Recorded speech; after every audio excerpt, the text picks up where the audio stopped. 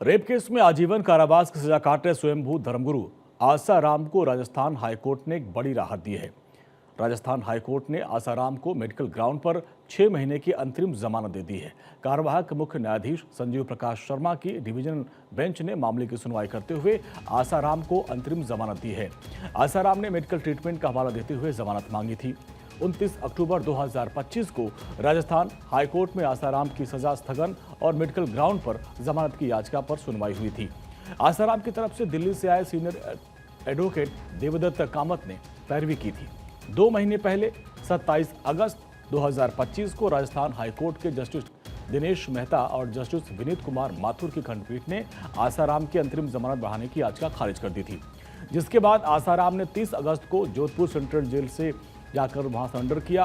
Court ने अहमदाबाद के सरकारी अस्पताल के मेडिकल बोर्ड की रिपोर्ट के आधार पर याचिका खारिज की थी। बेंच ने कहा था कि आसाराम का जो स्वास्थ्य है वो स्थिर है और उन्हें अस्पताल में भर्ती होने या फिर निरंतर चिकित्सीय देखभाल की आवश्यकता नहीं है। कोर्ट ने यह भी कहा था कि आसाराम ने पिछले 3 से 4 महीने में इलाज के लिए कई यात्राएं की, विभिन्न शहरों में विभिन्न अस्पतालों में इलाज करवाया, लेकिन किसी भी अस्पताल में नियमित रूप से फॉलोअप नहीं कराया। आसाराम नाबालिग से रेप के मामले में अप्रैल 2018 से आजीवन कारावास की सजा काट रहे हैं। आसाराम को 7 जनवरी 2025 में 12 साल की सजा के बाद पहली बार जमानत मिली थी। 12 साल के बाद मिली थी। आसाराम की जमानत याचिका एक बार फिर से अब चर्चा में है, लेकिन अदालत ने इसे गंभीरता से परखा। उम्र और बीमारी के आधार पर राहत मांग रहे आसाराम की दलीलों पर कोर्ट ने कई बार जमानत याचिका रद्द की है। आसाराम की जमानत पर अब देखिए 7 जनवरी 2025 सुप्रीम कोर्ट से जमानत मिली थी। इसके बाद फिर 14 जनवरी 2025 राजस्थान हाईकोर्ट ने 31 मार्च तक मेडिकल आधार पर उनको अंतरिम जमानत दी थी। इसके बाद 1 जुलाई तक इसको बढ़ा दिया गया। फरवरी अगस्त में अहमदाबाद, जोधपुर, इंदौर, जयपुर, ऋषिकेश के अलग अलग हॉस्पिटल्स में इलाज करवाया गया। 18 अगस्त मेडिकल बोर्ड की जांच और फिर स्थिति क्लिनिकली स्थिर बताई गई है। 27 अगस्त को हाईकोर्ट ने जमानत बढ़ाने से इनकार कर दिया।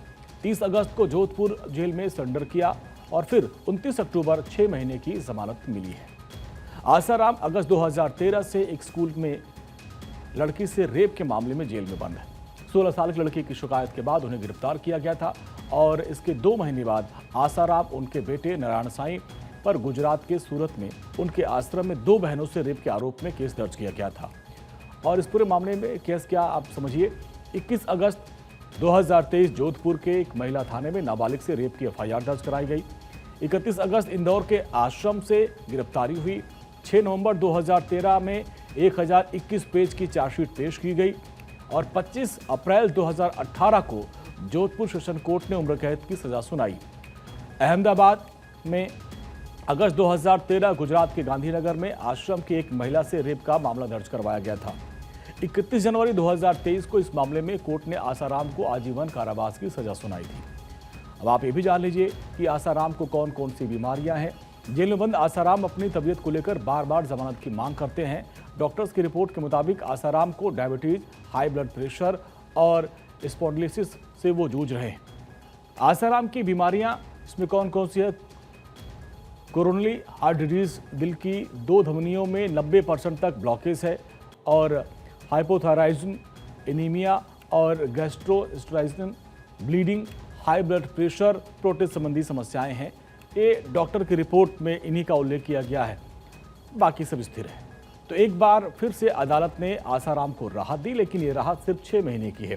6 महीने बाद फिर से आसाराम को सरेंडर करना होगा।